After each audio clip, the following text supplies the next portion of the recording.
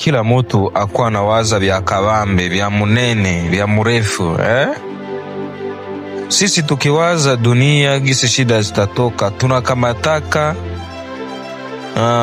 kundi ya waganga wote wa dunia wakitunza watu bure, wataondoa magonjwa duniani. Serikali zote za dunia zikiungana, zikikuwa muichi yao, zitaondoa hizo shida za population.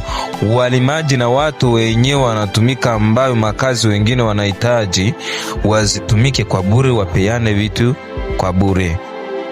Hiyo njala, hiyo shida yote ya kukosewa vitu yote imepatikana, imetoa shida.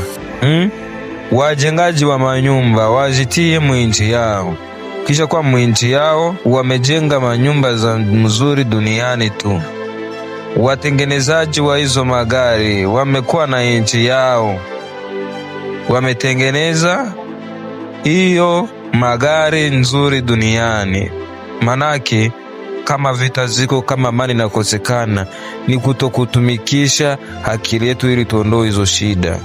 Biblia inasema watoto yangu na wapea akili na uwezo, mkikosa nitawatupa. Manake ni kusema sie njo tunakosewa kuwazia dunia ili tuijenge vizuri, itoke ndani shida na matatizo.